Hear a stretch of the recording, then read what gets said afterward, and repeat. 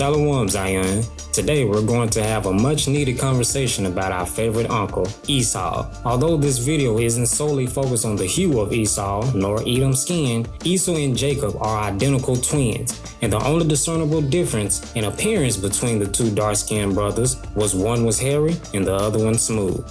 We will touch on the matter and we will encompass almost everything about our favorite uncle, from who Esau married and had children with, who his children had their children with, and who inhabited Mount Seir before Esau and the gang left the land of Canaan. First, turn to Uncle Obadiah to prove one essential point. Uncle Obadiah, chapter 1 and verse 3, quote, "Behold, I have made thee small among the Gentiles, thou art greatly dishonored." End quote. Yah called Edom small among the Gentiles, meaning they are not the Gentiles. Genesis 10 and 5 associates Japhet with the Gentiles only. Esau is a Hebrew, and the Edomites are Hebrews. Numerous prophecies have stated that we will be in the midst of the Gentiles before the Most High saves us. In Isaiah, it states that the root of Jesse will rule over the Gentiles. 2 Samuel chapter 22 and verse 44, quote, "And thou shalt deliver me from the strivings of the people, and thou shalt keep me to be the head of the Gentiles. A people which I knew not served me." End quote. King David had garrisons, basically tributaries, in Edom during his life, but he still said that he would be the head of the Gentiles. A people which King David knew not will serve him. The Israeli/Jewish doctrine of Jew or Gentile is a bold-faced lie that they use to try to get all other people on earth to serve them. This proves that the beige folk we see in front of us today are not Esau, more likely the descendants of Japhet or the children of Lucifer. You pick.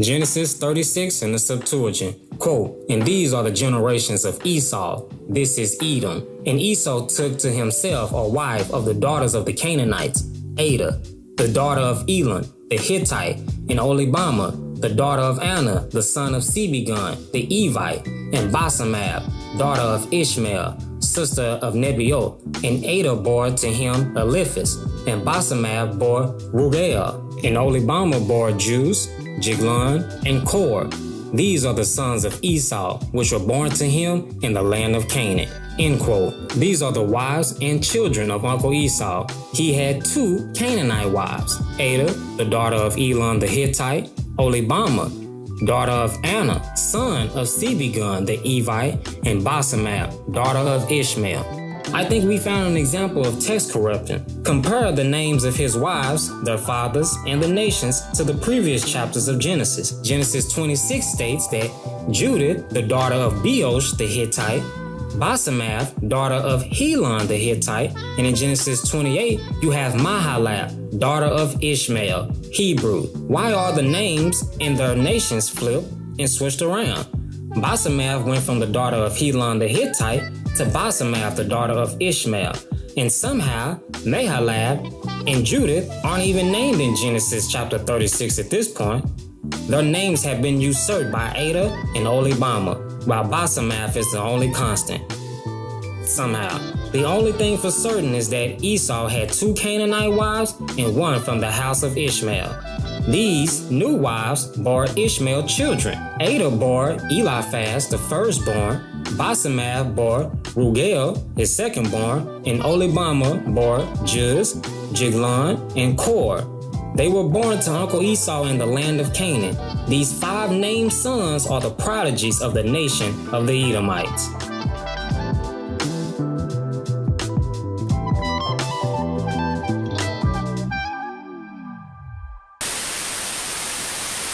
I just wanted to tackle this subject for Esau's the white man people. Esau's the white man people. Genesis chapter 25, verse 25. Quote, "And the first came out red, hairy all over like a skin, and she called his name Esau." End quote. Grandma Rebekah said Esau came out red, comma, a separation of thought. Then she goes on to say hairy all over like a skin, semicolon, which is used to explain or expound upon what was already said. Therefore, his name was called Esau, which means hairy. Esau had hair all over his body like the skin of an animal, like this red animal hide on the screen. Hence why his name was called Esau. A perfect example in my eyes of the description of how Esau could have looked is you can compare a hairless cat to a cat. The hair or fur covers all their skin, just like how it was on Esau. Have y'all ever heard of werewolf syndrome? Genesis chapter 25 and 30. Quote, "And Esau said to Jacob, 'Let me taste of that red pottage, because I am fainting.' Therefore, his name was called Edom." End quote. Again, we see that the truth of the matter is different than what we have been lied to about. Red pottage is why Edom means red, and not because the hue of his skin. You Hebrews have let your hatred for the white man cloud your understanding of who the twin brother of Jacob truly is. Esau looked like Jacob, but just hairy all over his skin. This is the color of the hair. This is red or ruddy hair, which covered Esau's entire body. Hypertrichosis, better known as werewolf syndrome, is excessive hair growth upon the body. It can either be localized on the arms or the legs, but it can also be generalized, which is from the head to the foot, which is what Esau suffered from. And the cause of this disorder is still unknown until this day. Fun fact about hypertrichosis is that the male will almost always pass this disorder down to his daughters, but never to his sons. Hence, why Edom is called red and Esau means hairy. Our uncle was a werewolf man. I'm a black woman with albinism. Of course I get asked if I can dye my hair. I'm a black woman with albinism. Of course I get asked what I'm mixed with, even though I've told you I'm not mixed. I'm a black woman with albinism. Of course you want to see what my mom and dad looks like. I'm a black woman with albinism. Of course you'll think the person you saw last week with albinism is related to me. I'm a black woman with albinism. Of course you're going to turn away after I caught you staring confusingly. I'm a black woman with albinism. Of course I get asked if I'm really black. I'm a black woman with albinism. Of course you're going to think I went to your school in Nebraska, even though I've never been to Nebraska. I'm a black woman with albinism. Of course I get asked what box dye I use to get this hair color. I'm a black woman with albinism. Of course I have more than one bottle of sunscreen. Which one you want? Verse 6, quote, "And Esau took his wives and his sons and his daughters and all the persons of his house and all his possessions and all his cattle and all that he had got and all things whatsoever he had acquired in the land of Canaan. And Esau went forth from the land of Canaan, from the face of his brother Jacob, for their substance was too great for them to dwell together, and the land of their sojourning could not bear them, because of the abundance of their possessions. And Esau dwelt in Mount Seir. Esau, he is Edom." End quote. Genesis 36 is an overview look at Esau's life, but just 4 chapters prior in Genesis 32 in verse 3, quote, "And Jacob sent messengers before him to Esau his brother, to the land of Seir, to the country of Edom." End quote. This proves Esau moved out of the land before Genesis chapter 36 and was already well established in Seir when Jacob began his journey. Esau moved from the land because both he and his identical twin brother, Jacob, were blessed by Yah with abundance. Also, the text states that Esau had daughters, as well as servants, handmaids, possession, and cattle. Remember, Uncle Isaac blessed Esau right before his death. Speaking of death, based upon how this chapter is written, I can infer that Esau died sometime before this chapter was written. Switching gears again, the chapter clarifies who the inhabitants of Mount Seir were before Esau and the boys came. Genesis chapter 14 verses 5 through 6 in the Septuagint. Quote, "And in the 14th year came Kedorlaomer and the kings with him, and cut to pieces the giants in Ashtaroth and in Karnaim, and strong cities with them in the Omians in the city Sei, and the Koreans in the mountains of Seir, to the turpentine tree of Pharan, which is in the desert." End quote. Giants roamed, lived, and thrived in Seir before Esau was even born. As a matter of fact, Granddad Abraham was fighting these same kings in chapter 14. Let's back this up with a second witness. Deuteronomy chapter 2 verses 10 through 12. Quote, "Formerly the Omim dwelt in it, a great and numerous nation and powerful like the Anakim. These also shall be accounted Rephaim like the Anakim, and the Moabites called them Omim. And the Korites dwelt in Seir before, and the sons of Esau destroyed them and utterly consumed them from before them, and they dwelt in their place as Israel did to the land of his inheritance, which the Lord gave them." End quote.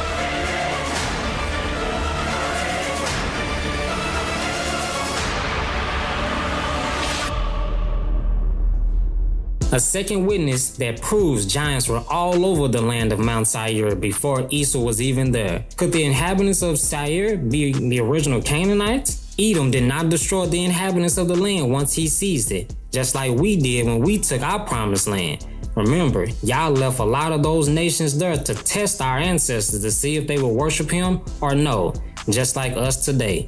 These nations are testing us if we're going to worship Yah or no. The Horites, the original inhabitants of Mount Seir, were compared to the Anakim, Nephilim giants.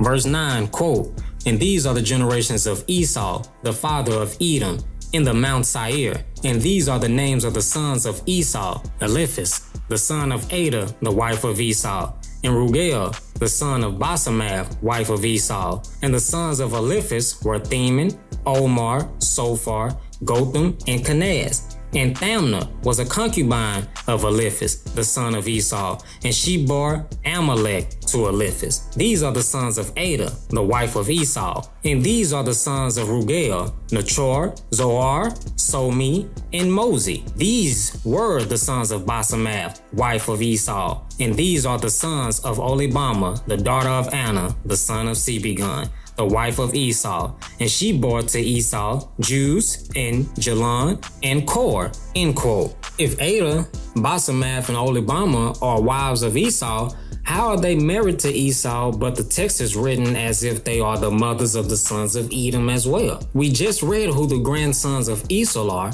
but notice, other than Thamna, a concubine, not one wife of the sons of Esau are mentioned. After each immediate son of Esau and their offsprings are named, one of Esau's wives is named with the phrase, "These are the sons of Adah," or "These are the sons of Basemath," or Oholibamah, wife of Esau. Again, where are the names of the wives of the sons of Esau?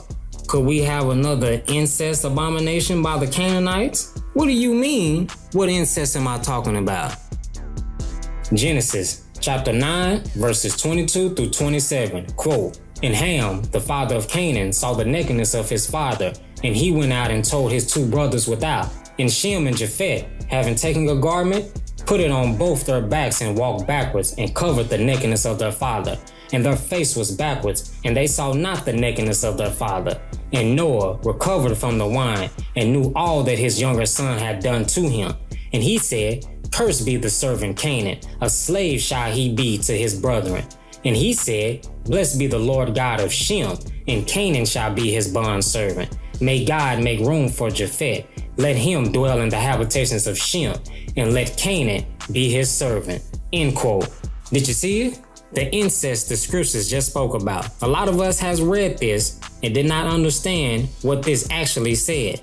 The nakedness of thy father is the key phrase to understand exactly what happened between Noah, his wife, and his younger son Ham. Leviticus chapter 18 verses 7 through 8. Quote, thou shalt not uncover the nakedness of thy father, nor the nakedness of thy mother, for she is thy mother. Thou shalt not uncover her nakedness. Thou shalt not uncover the nakedness of thy father's wife. It is thy father's nakedness. End quote. The nakedness of thy father could be the nude body of your father, but in this case, the case of Ham, it was his mother, or the wife of Noah, whom he uncovered and slept with. That's why Canaan was cursed instead of Ham. Canaan was the offspring of a mother-son relationship. Why would Noah curse an innocent person for the transgression of the father? Isn't that against the law? Remember, Yah said that he doesn't change. That's because Canaan was the product of an incestuous relationship between Ham and Noah's wife. There are laws within the Torah against incest, so much so that death is often the reward for that act. Notice, Canaan was the offspring of an incestuous relationship, and his descendants committed the same vile act years down the line. Is this why our grandparents, Isaac and Rebekah, had so much disdain for the Canaanite women that Esau chose? Sounds like a bunch of our parents today, right? Nothing new under the sun. According to HistoryDaily.org, Etruscan history, the first Romans were actually black. This is halfway down the opening paragraph. Quote, not only did the Etruscan settlement predate ancient Roman and Greek civilizations, it greatly influenced the culture of Rome. The contributions of black cultures on the Roman Empire have, sadly, been whitewashed by Eurocentric historians. End quote. So this opening paragraph states that brown-skinned Etruscans predated ancient Rome and Greek civilizations. The Etruscans, the original Romans or Greeks, greatly influenced ancient Rome and was later whitewashed by the new Caucasians. The original inhabitants of Europe were brown to dark-skinned people, the original Caucasian people. Francis had a son called Isaac. Isaac had a son called Enoch. Enoch had a son called Edward. Edward had a son called Norman. And Norman had a son called Cedric, and that's me. And it's as direct as that. That's my family tree on my father's side, going back 250 years. Historians sometimes say that there's a mystery about the disappearance of the black Georgian population that we know numbered thousands. But really the answer to that mystery is you. Yes. We're going around in disguise, in camouflage, walking about the place. And many people don't know, but I'm glad that I know. I'm proud of that because they're mine and because it's my history. And I feel sorry for people who don't know. Let's jump a little bit further down where they say who were the Etruscans. Quote, Etruscan culture thrived until around the 5th century when they were integrated into Roman society. During their height, the Etruscans built an economy based on agriculture, mining natural minerals, and trade with Carthage and Greece. They erected dwellings on steep hills and built thick walls around them for protection. The Etruscans had a unique language and were known to be great artists and craftsmen. End quote. Continuing with the article under Etruscan art, it exclaims, Etruscan art, quote, a number of ancient works of art remain from the time of the Etruscans, many of which depict dark-skinned people. The Romans, who later took over the Etruscan cities, claimed that the mosaics, statues, and paintings of black people were all actually depictions of black slaves. But it seems unlikely that their slaves would be a favorite artistic subject matter for Etruscan artists. Add to the fact that many of the images show the dark-skinned people in positions of power, and we have a bounty of evidence that the Etruscans were in fact black. End quote. Melanated people, y'all see how they steal your culture and make it seem like it's really theirs? Their history is really our history with just white faces painted over it. If Esau is Rome and the original Romans were the Etruscans, dark-skinned people, that can only mean Esau is not the white man. Edom literally is spread all over the world, just like the Canaanites spread abroad in Genesis chapter 10. Esau and Canaan may be lock in step with each other. The most notable misnomers regarding the lineage of Europeans in general is the assumption that the ruling families of England are in any way indigenous to the land, disregarding the fact that forensic anthropologists assert ancient Western Europeans had dark skin and blue eyes combined with straight hair, and the current representative population only has 2 out of 3.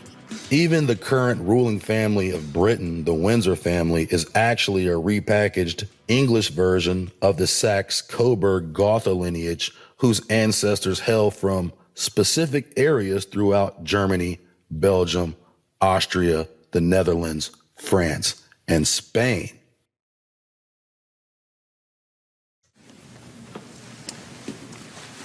The trouble with Scotland is that it's full of Scots. Perhaps the time has come to reinstitute an old custom. Grant them prima nocte. First night, when any common girl inhabiting their lands is married, our nobles shall have sexual rights to her on the night of her wedding. If we can't get them out, we'll breed them out. As you know, every Aborigine born in this state comes under my control. Notice, if you will, the half-caste child. And there are ever-increasing numbers of them. Now, what is to happen to them? Are we to allow the creation of an unwanted third race? Should the coloreds be encouraged to go back to the black? Or should they be advanced to white status and be absorbed in the white population? Now, time and again, I am asked by some white man, if I marry this colored person, will our children be black? And as chief protector of Aborigines, it is my responsibility to accept or reject those marriages.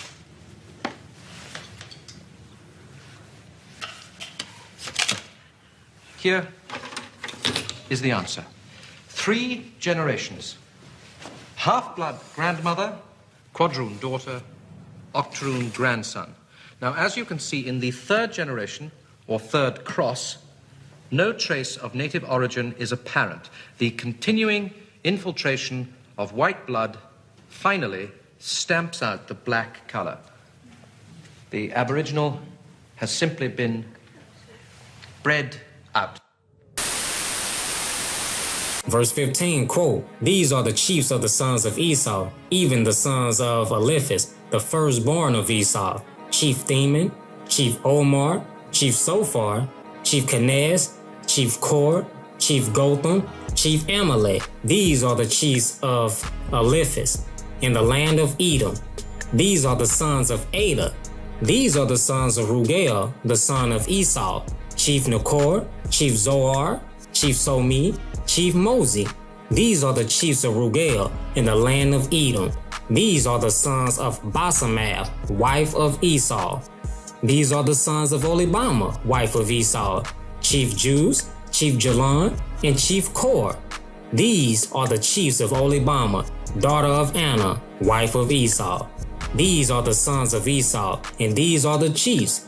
These are the sons of Edom." End quote. The same as the previous paragraph about the grandsons of Esau and who is stated as their mothers. One more fact is that verse 15 starts with even the sons of Eliphaz and ends with these are the sons of Ada after mentioning those who came from the loins of Eliphaz. The same thing for Rugael and Basemath. How I see it is that Esau died and his wives saw their offsprings, the sons of Esau, and that Canaanite blood kicked in and they slept with their own sons and created the nations of Edom. Imagine your son being your brother at the same time. Incest must be Canaan's favorite pastime. Almost like it's written within their DNA, or it's the spirit that follows that nation of people. Here are 13 genetic mutations that can arise from incest. The Habsburg jaw, misshapen skulls, fused limbs,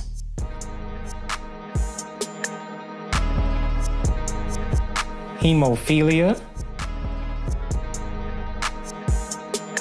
microcephaly, cleft palate, club foot, albinism, severe asymmetry, dwarfism, infertility, scoliosis, and immune system disorders. Just like Lot's daughters did to him. Question: if Lot is the nephew of Granddad Abram, Haran is his brother, how is it that the Moabites and the Ammonites are the Japanese and the Chinese, like on that false nations chart that One West came up with? Another false doctrine we have upheld as truth, brought to us by our favorite false prophets, sent from One West. Unless you mean these Chinese and Japanese people, the aboriginal dark-skinned people of that land, and no, they are not Israelites. Not every dark-skinned person of another nation is an Israelite just because they did things that you think are nice and cool. That does not make them Israelites. Verse 20, quote, "And these are the sons of Seir, the Horite, who inhabited the land, Lotan, Sabal, Sebegon, Anna, and Dyson, and Asar, and Rison. These are the sons of the Chorites, the son of Seir, in the land of Edom. And the sons of Lotan were Chari, and Haman, and the sister of Lotan, Amna. And these are the sons of Sabal, Golan, and Mathachat, and Gabal, and Sophar, and Omar. And these are the sons of Sebegon, Ai, and Anna. And this is the Anna who found the Jamin in the wilderness when he tended the beast of his father Sebegon. And these are the sons of Anna, the son. And Olibama was the daughter of Anna. And these are the sons of Dyson, Amada, Aspen, and Itaran, and Choharan. And these are the sons of Ashar, Balaam, and Zukam, and Jukum. And these are the sons of Rison, Hoz, and Aran. And these are the chiefs of Chori, Chief Lotan, Chief Sabal, Chief Sebegon, Chief Anna, Chief Dyson, Chief Asar, Chief Razam. These are the chiefs of Chori, and their principalities in the land of Edom." End quote. Seir and his sons and his daughters are all giants. They were the giants who lived in caves. Guess what Seir means? It means hairy, just like Uncle Esau. Chorites or Horites means cave dwellers or troglodytes. Western North America has many, and I do mean many, cave ruins built on and in the clefts of the rocks. But back to Seir's children. Olibama, the wife of Esau, was the daughter of a son of Seir, the giant. And Thamna, the concubine of Eliphaz, was the sister of Lotan, another son of Seir. Both Esau and Eliphaz had a thing for women taller than them. She was a tall drink of water, and both of them were thirsty. Esau and the boys went to Mount Seir and made war and love. Edom took the land from Seir, and they gave them principalities in the land. Notice, Edom went against everything the Most High commanded Jacob not to do. I want to focus on the word Jamin. Please remember that there is no J in Hebrew. Jamin, the modern word, is either mule or hot springs. However, this does not fit the context of the overall chapter.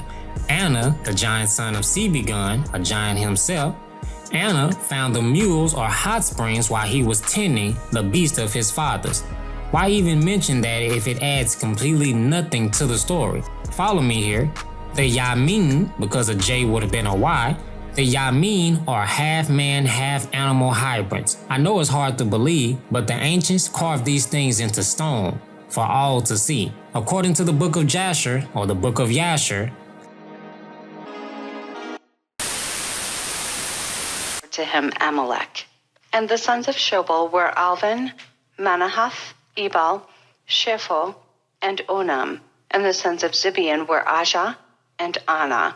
This was that Anna who found the Yemen in the wilderness when he fed the asses of Zibeon his father. And whilst he was feeding his father's asses, he led them to the wilderness at different times to feed them. And there was a day that he brought them to one of the deserts on the seashore, opposite the wilderness of the people. And whilst he was feeding them, behold, a very heavy storm came from the other side of the sea and rested upon the asses that were feeding there. And they all stood still. And afterward, about 120 great and terrible animals came out from the wilderness at the other side of the sea, and they all came to the place where the asses were, and they placed themselves there. And those animals from their middle downward were in the shape of the children of men, and from their middle upward some had the likeness of bears, and some the likeness of kephas, with tails behind them from between their shoulders reaching down to the earth, like the tails of the duchipath. And these animals came and mounted and rode upon these asses, and led them away, and they went away unto this day. Those asses were the Yamin, as the text states. Jasher says that the animals from the middle downwards were in the shape of the children of men, and from their middle upwards had the likeness of bears and chiefas, with the tails between their shoulders that touched the earth like the tails of the dochiphas. And these animals came and rode upon the asses and led them away. With full transparency, I do read the book of Enoch, but of course I am still on the fence about the book of Jasher. Although I do read these books, I won't use them in scripture breakdown unless it's absolutely necessary for understanding. What or who the Yamin are will not make or break your salvation.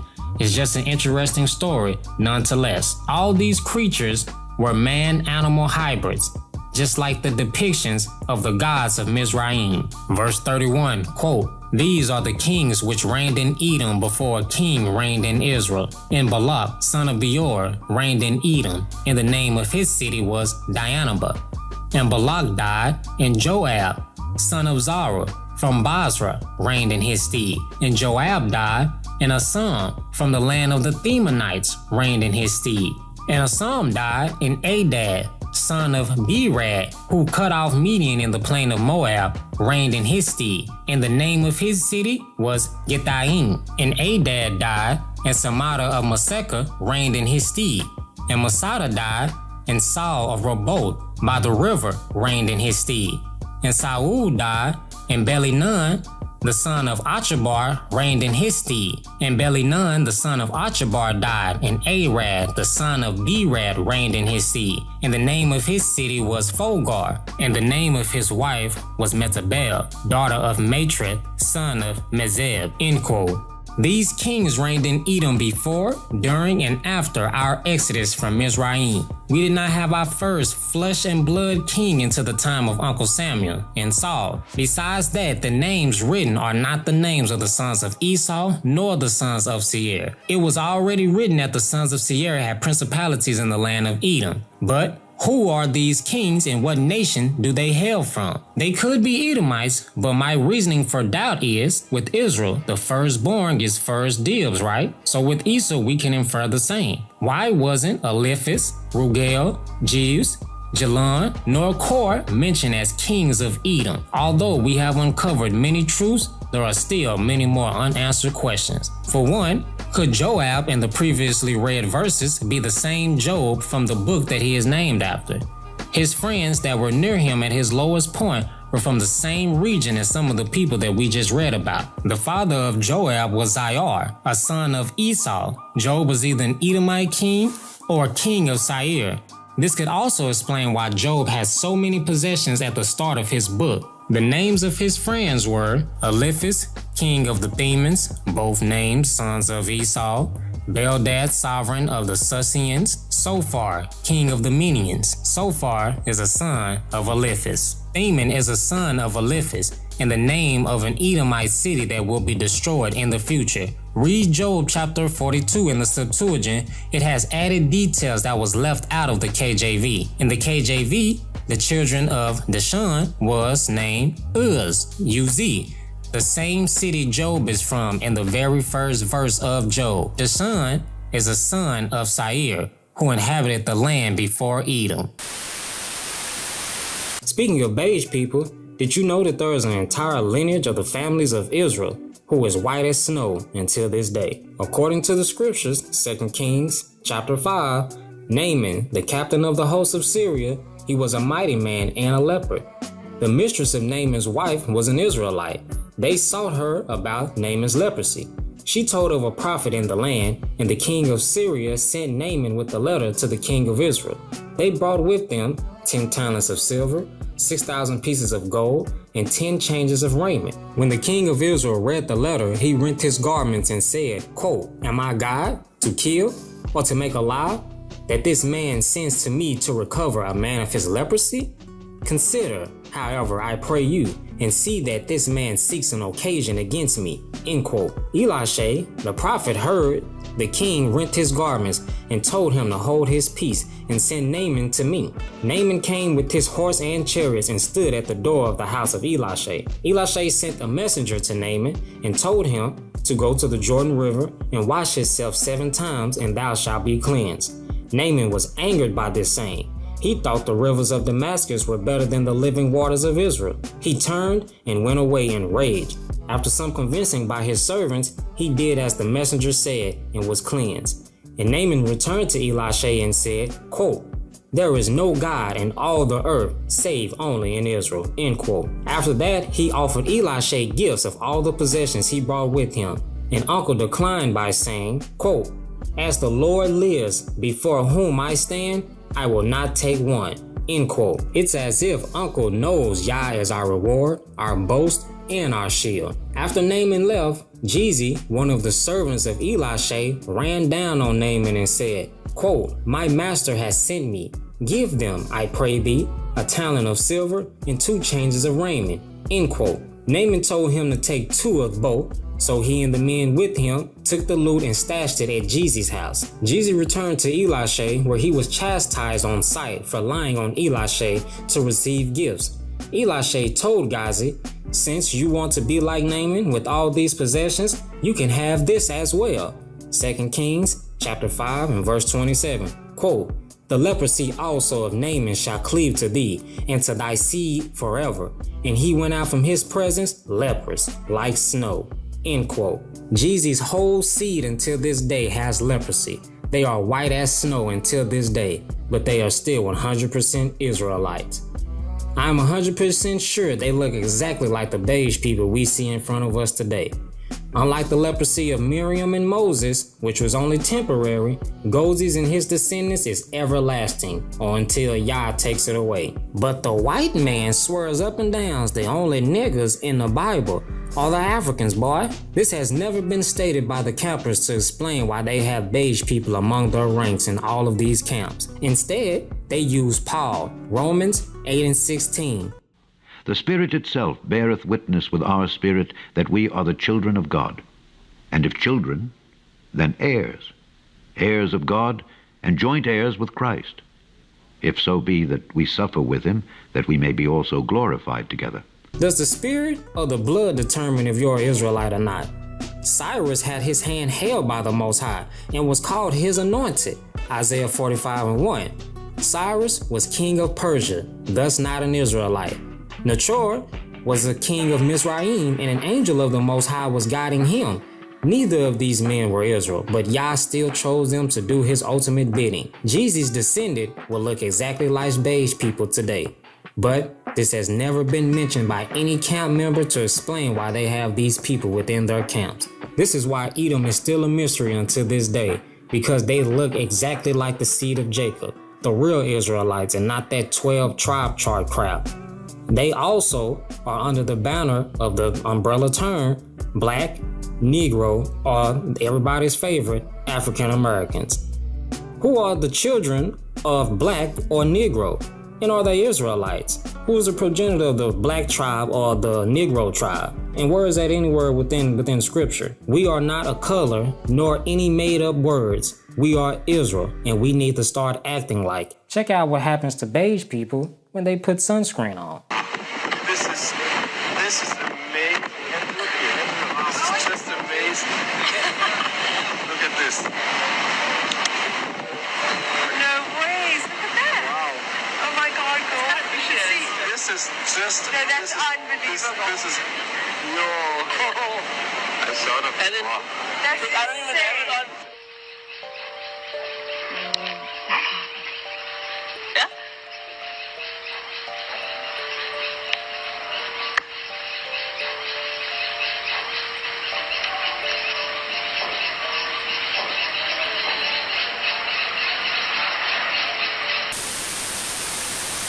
Verse 40, quote, "These are the names of the chiefs of Esau in their tribes, according to their place, in their countries, and in their nations. Chief Thamna, Chief Gola, Chief Jether, Chief Olibama, Chief Helhalaz, Chief Phanan, Chief Kenez, Chief Theman, Chief Mazer, Chief Magiddiel, Chief Zaphlon. These are the chiefs of Edom in their dwelling places and the land of their possessions. This is Esau, the father of Edom. Example, Chief Theman, Chief Olibama, and Chief Thamna, among many others. These are tribes of people along with the names of their chiefs. They were or are still in several nations and countries until this day. The scriptures attest that Edom is among many nations and countries, whether they know that they're Edomites or not. I believe chiefs in this understanding means governor rather than ruler. Again, the kings that reigned before King reigned in Israel did not have chiefs in front of their names.